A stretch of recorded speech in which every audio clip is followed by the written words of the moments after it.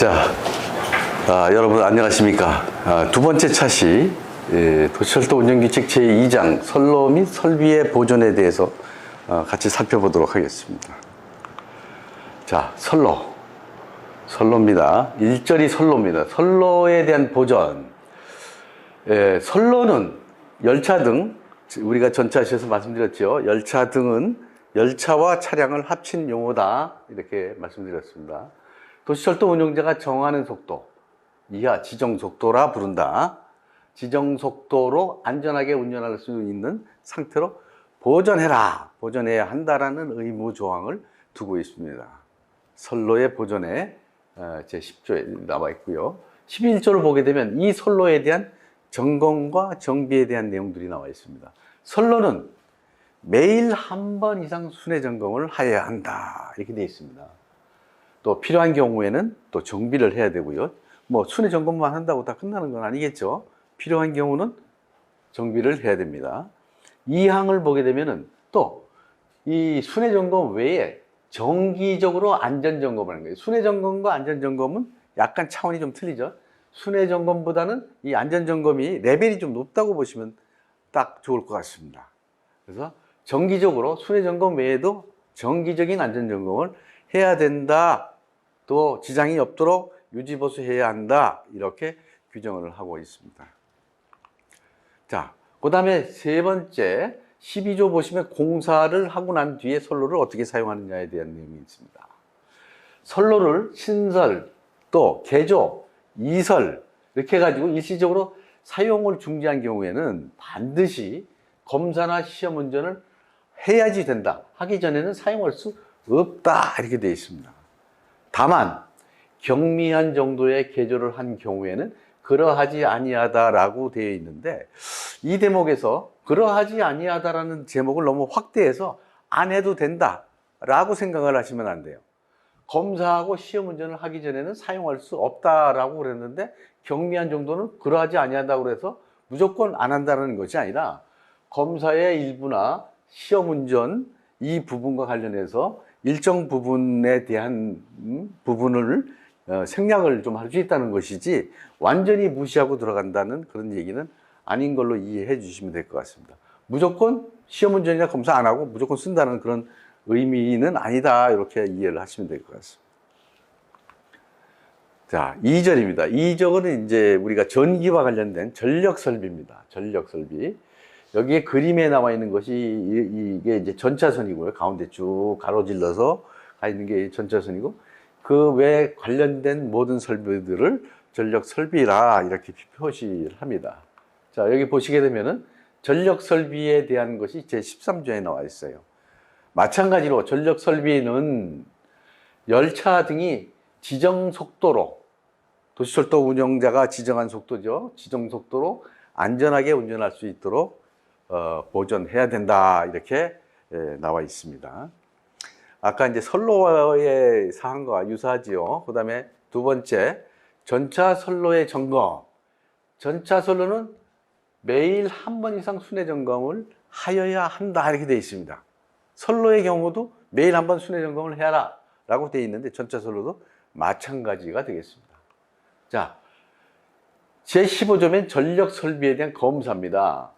전력 설비 각 부분에 대해서는 도시철도 운영자가 정하는 주기에 따라서 이 주기에 따라서 안전운행에 지장이 없도록 정비하여야 한다, 이렇게 되어 있습니다.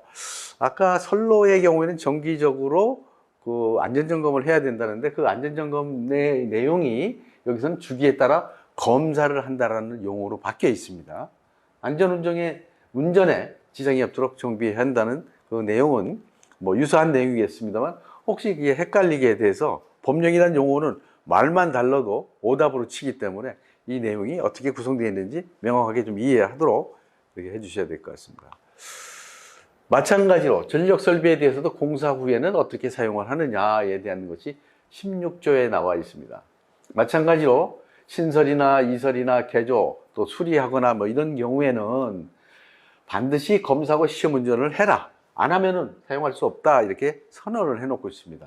다만 경미한 정도의 개조 또는 수리를 한 경우는 그렇지 않다라고 되어 있는데, 이 또한 마찬가지로 안 하고 그냥 들어간다는 그런 의미보다는 검사나 시험 운전을 일부를 생략을 하거나 일부를 간략히 해서 한다는 그런 의미로 이해해 주시는 게 좋을 것 같습니다. 자, 3절은 이제 통신 설비로 넘어왔습니다. 통신 설비. 여기 전화기가 있네요. 옛날식 전화기죠. 지금은 이 전화기가 철도에서 쓰지는 않습니다. 자, 17조. 통신 설비의 보존과 관련된 내용입니다. 마찬가지로 통신 설비는 항상 통신할 수 있는 상태로 보존해야 된다라는 선언 조항이 들어가 있다. 이렇게 보시면 되겠고요. 그 다음에 18조에 보시게 되면은 통신 설비의 검사와 사용에 대한 내용이 들어 있습니다. 통신 설비는 일정한 주기에 따라서 검사를 해야 되고 안전운전에 지장이 없도록 정비해야 한다라고 되어 있습니다. 일정한 주기에 따라서 통신 설비 요거 잘 봐두시고 1항이 되어 있고 2항을 보게 되면은 또 신설, 이설, 개조 또는 수리한 통신 설비는 검사해서 기능을 확인하기 전에는 사용할 수 없다. 이렇게 되어 있습니다. 여기 뭐 경미하고 뭐 이런 말조차도 없어요. 그 내용을 잘 알아두시기 바랍니다. 자, 4절. 운전 보안 장치로 넘어왔습니다. 운전 보안 장치, 이게 이제 운전 보안 장치 중에 하나긴 합니다만은 이게 이제 지금은 이제 거의 이런 형태를 아직도 쓰고 있는 데가 있죠. 이거는 이제 선로에 대한 어떤 변환이라든가 이런 걸 해주는 운전 취급 장치 중에 하나입니다. 자, 운전 보안 장치. 운전 보안 장치 또한 운전 보안 장치도 완전한 상태로 보존해야 한다고 선언적 의미가 19조에 나와 있고요. 자, 20조. 20조는 또 이거에 대한 검사와 사용에 대한 내용입니다. 운전 보안 장치 또한 각 부분을 일정한 주기에 따라서 검사를 하고 안전한 운전에 지장이 없도록 정비해야 한다라고 선언을 하고 있습니다. 1항에. 그 다음에 2항에서는 또 마찬가지로 신설, 이설, 개조 또는 수리한 보안 장치는 검사에서 기능을 확인하기 전에는 사용할 수 없다. 자, 그 다음 보겠는데요. 5절 설명을 드리고 총괄적인 걸 다시 한번 말씀드리겠습니다. 건축 한계 내에서 물품을 유치할 수 없도록 되어 있습니다. 여기에 이제 건축 한계라는 것이 나와 있죠.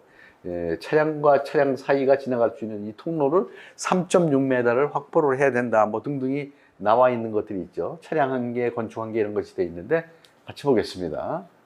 자, 21조에 물품 유치 금지.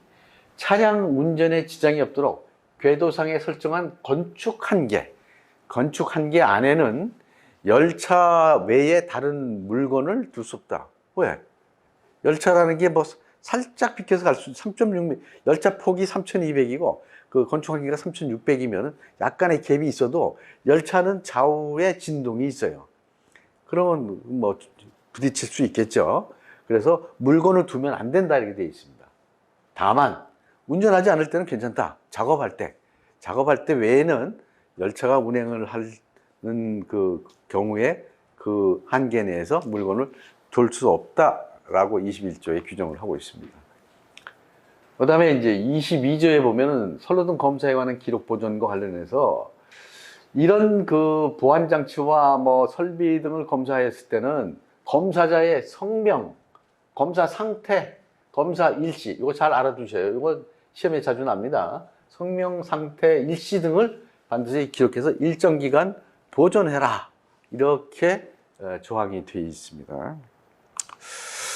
자, 3장에 넘어가기 전에 아까 이제 말씀드렸던 여러 가지 조항들이 있죠. 다 그 의무 조항, 안전하게 운행할 수 있도록 해야 된다. 그 다음에 수리했을 때는 어떻게 해야 된다. 시험 운전을 거쳐야 된다. 막 이거를 갖다가 전체적으로 유사한 사항들을 같이 정리를 해서 뭐하고는 약간의 차이가 있네. 이런 걸 이해해 두는 것이 여러분들 학습에 많이 도움이 될 겁니다.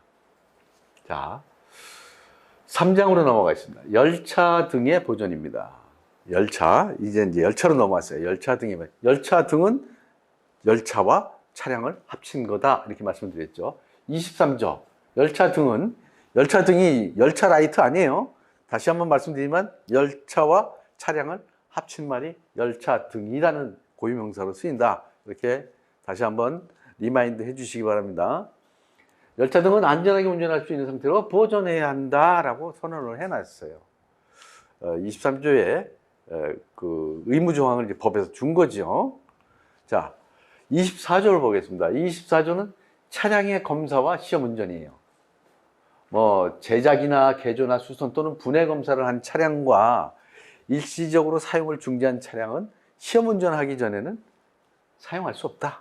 다만 경미한 정도의 개조나 수선한 경우에는 그러하지 아니하다라고 되어 있는데, 이 또한 안 한다라는 얘기가 아니라 검사하고 시험 운전에 대한 내용을 일부 생략해 줄 수 있다라는 그 수준이에요.